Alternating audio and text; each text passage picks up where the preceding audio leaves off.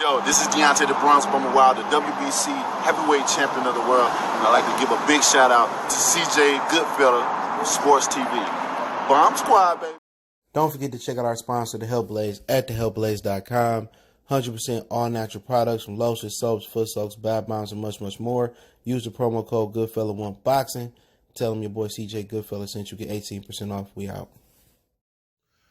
All right, man, let's talk about Showtime card real quick. Hit that subscribe button, bell icon button, share the video. Appreciate the love and support.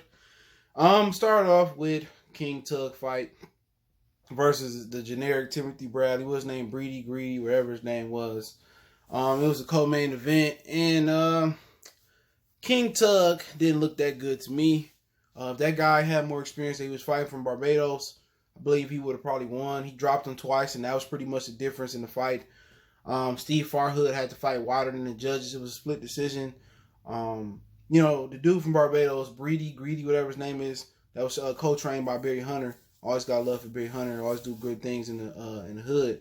But he just believed he was a puncher when he really wasn't. All right.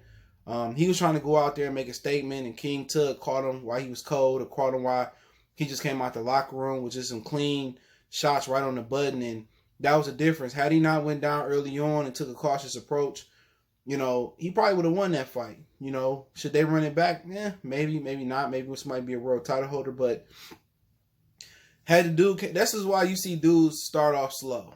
Okay, he didn't seem like he had a lather problem as far as he had a nice amount of sweat on him, so it didn't seem like he came out cold. But he got caught and dropped like he was cold, and that was the difference. This is why you see some guys take their time and warm up and get used to and acclimated to their opponent's power. And he didn't. He got hit on the button twice, and he hit the canvas, and that was the difference. This is why you see some people come out real patient, taking their time, kind of getting the rhythm. You kind of want to know what your opponent got. He didn't have no respect for King Tug as a fighter and as a puncher. And maybe, the Gary Russell film hyped him up not to believe the hype, but King Tug is a solid fighter. But did I see anything from King Tug tonight in a split decision that say he the best in the division? Not really. Him and Josh Warrington will be a solid fight. Him and Kid Galahad will be a solid fight. I mean, if Leo come back down, that's a fight that they can keep. I'd just rather not see it. But I still think, Gary Russell, Warrington, Emmanuel Nervates, I still think they're the cream of the crop down there at 126, but starting to heat up a little bit at 126. And I think King Tug could just be, right under the elites.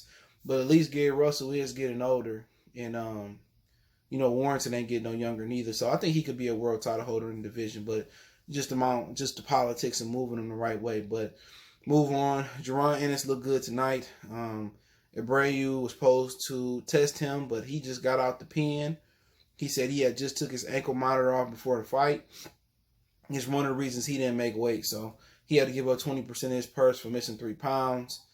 But pretty much Ennis, did what he's supposed to do. Looked good. He looked flashy. He switched hit, looked slick. We still don't know, if he can take a punch and keep ticking. We still don't know how he do it in a high-intensity fight where he doesn't control the pace. So we just got to wait and see. He's a free agent. He still won't be getting those top fights versus Kavaliauskas, Porter, Thurman, Spence, Bud until he pick a promoter. And, he's a phenomenal talent in this fight. He showed his hand speed. He showed his precision. His jab was good. Lefty, righty jab. Uppercut was zinging. You know what I'm saying? And, touch to the body. Just complete package right now. Moving how he moving. I know it got to be frustrating to see Teofimo Lopez Shakur moving fast. It just can't be frustrating for him. It got to be frustrating for Gary Anton Russell, Richardson Hitchens. It's some really, really good prospects out here while they moving that Carlos Barderas, and he got knocked out, and they moving Joey Spencer really well. Guys like Gary Anton Russell, Jaron Ennis, and Richardson Hitchens got to be like, and Cobra got to be like, well, I'm good too. Why I'm not moving like this. And this is politics. It's all about who you with and where you from. But Ennis looked good. Hand speed looked like it was on another level. Accuracy looked like it was on another level. Uppercut, righty, lefty. He looked good. And he dropped Abreu 3 times. And Abreu, the first time it got dropped, I didn't think he was going to get up. But credit to him, he got up. Got knocked down again in the 6th. Got knocked out in the 6th. And, the kid just the goods. I think he's special.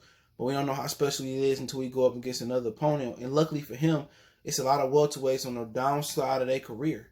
All of the top welterweights on the downside of their career, from Pacquiao, Thurman, to Crawford, to Spence, to Porter, to Danny Garcia, all of them dudes on the wrong side of Mount Age, right? So if a lot of them dudes want to stick around, and they want to hang around, they scared to move up to 54, please believe me, Ennis going to be one of those dudes that be the garbage man. He's going to take the garbage out and clean up the garbage. A lot of these dudes, they try to wait here for, Ennis, and try to wait here for Ortiz. A lot of these dudes going to be getting ran over because these young bulls ain't playing with them. You never know. Maybe Josh Kelly get his shit together. He'll do good as well. But Ennis right now, it's hard to evaluate him until he steps up versus one of those 10 opponents here. I mean, Bruce Putin, Kavalaskis, Qdoba, even maybe Luis Collazo next would be a nice little step up for him. Victor Ortiz, Andre Berto, maybe those would be some good step ups for him. But I really want to see him versus the Yugas, the Porters, the Thurmans of the world in the near future. But he coming. He worked hard. Seemed to got a good head on his shoulder. Daddy seemed to know what he's talking about. So a good 6-round knockout over Abreu for him. All right, then we got the main event where they were scared to touch each other for like a whole fight. Gausha, like I said before, he reminded me of Danny Garcia just without the power. Very basic fighter. They were scared to touch each other. And what's so funny is they did all this yip-yapping for years about fighting each other.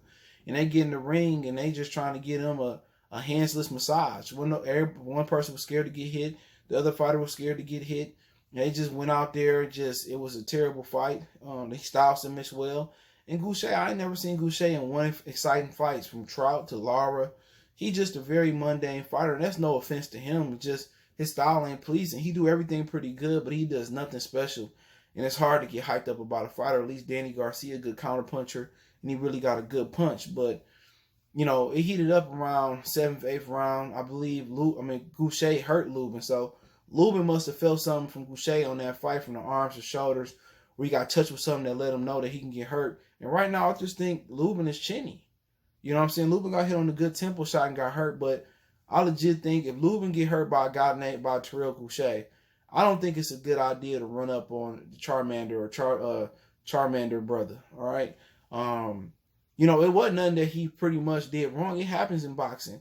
Gausha caught him in the midst of trying to punch. He caught him on the temple, and he did the stanky leg. Why do the stanky? And he did the stanky leg, and I just don't think Lubin got a chin to be sitting up at 54. I just don't think he got the chin to sit. I could be wrong, but from that fight, they both was intimidated by each other's power.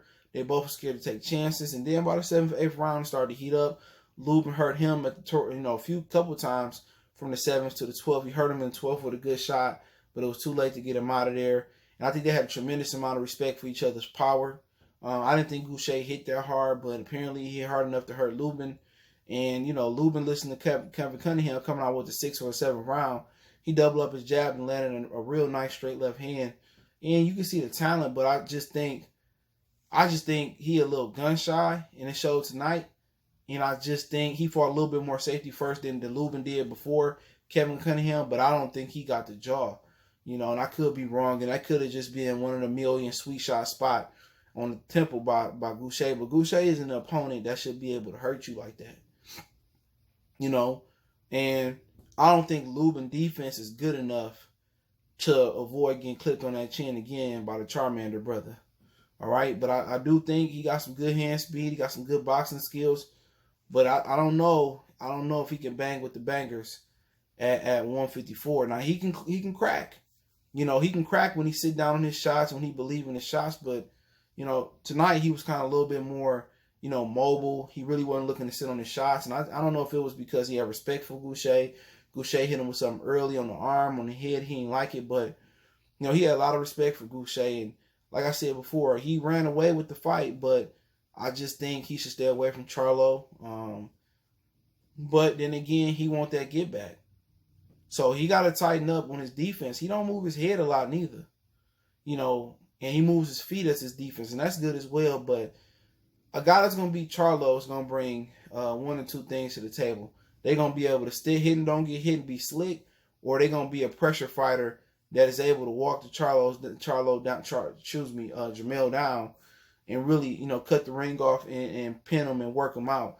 That's how you beat the style that he's fighting in. Pressure. He doesn't deal with pressure well. Or you got to be a guy that hit and don't get hit like Tony Harrison did. So I think Lubin could be a combination of both. I think he can hit and don't get hit. And I think he can walk, an opponent down and punish him. My question is, can he take it on the chops? And with Gausha tonight, he got hurt. He got buzzed a little bit. Blaming on the alcohol. But we'll see. It's going to be hard for him to get a title in this division. And I probably think he should have moved down to 147 pounds and try to compete. But, we'll see. We see the talent there, but chin is still an issue a little bit tonight. But he won a unanimous decision. They put a fake belt around his waist. But I would pause on the Charlo rematch. It's my personal opinion. I think he needs some more things to work on. I think he's only four times or 5 times since being knocked out by Charlo, 2 or 3 years ago. I don't think they got him active enough as well neither, but no PBC fighter's really active.